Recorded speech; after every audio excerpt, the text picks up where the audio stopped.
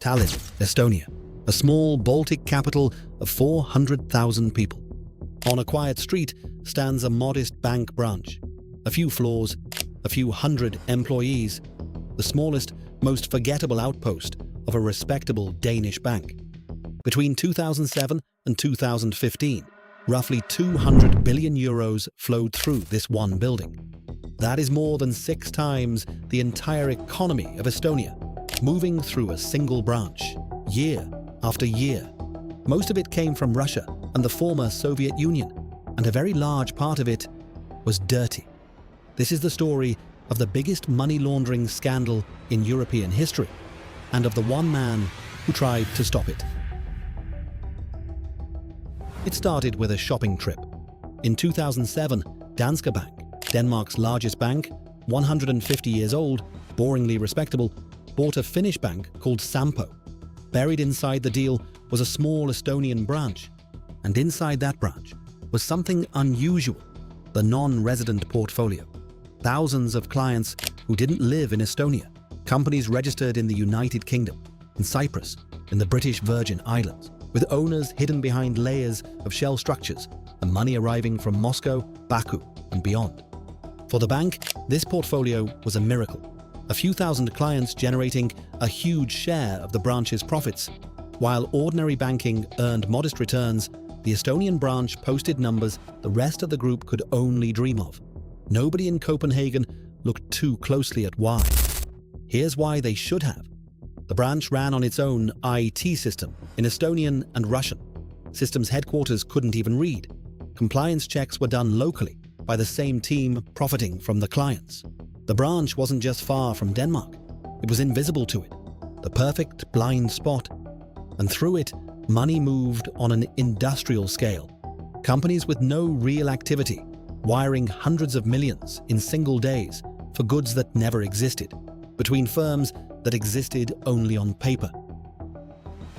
Then, in 2013, one man got curious: Howard Wilkinson, a British trader running Danske's markets desk in the Baltics. One day, he noticed something odd about a client, a British company called Lantana Trade. Lantana had filed accounts in the UK declaring itself dormant. No activity, no money.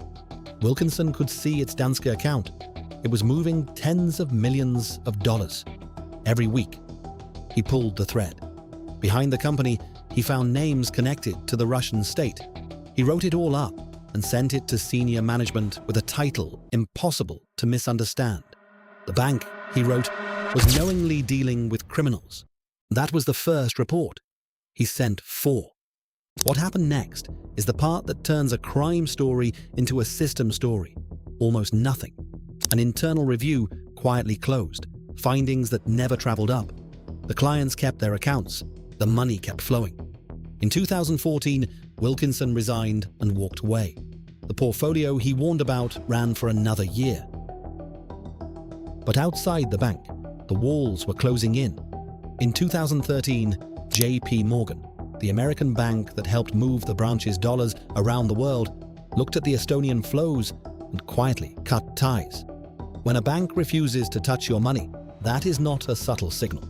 Investigative journalists mapped what they called the Russian laundromat, a vast washing machine of fake court rulings and shell companies pumping billions out of Russia. One of its favorite destinations, Tallinn. Regulators in Estonia and Denmark started asking harder questions, and in 2018, Danske finally published the report it could no longer avoid. The number inside stunned even the investigators: 200 billion euros in non-resident flows, and the bank admitted a large part of it should be treated as suspicious.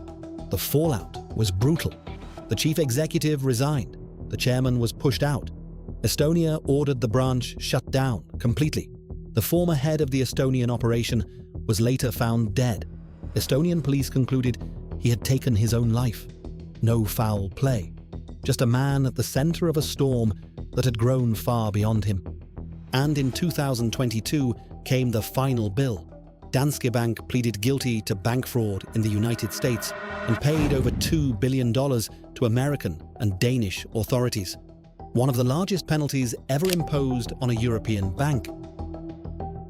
So who went to prison for laundering 200 billion euros? In Denmark, nobody. Charges against former executives were dropped. The bank paid its fine, changed its logo's shadow, and moved on. The only person whose career was destroyed by telling the truth early was the whistleblower. Here is the uncomfortable math of the whole affair. For 8 years, the dirty money was not a failure of the system. It was a profit center. The branch's returns were celebrated in annual reports. The controls that should have stopped it were underfunded precisely because stopping it was expensive and letting it run was lucrative. 200 billion euros doesn't sneak past a bank. It gets waved through. If you want more stories of Europe's biggest financial scandals, the frauds, the escapes, the cover-ups, subscribe. The next one is already in production.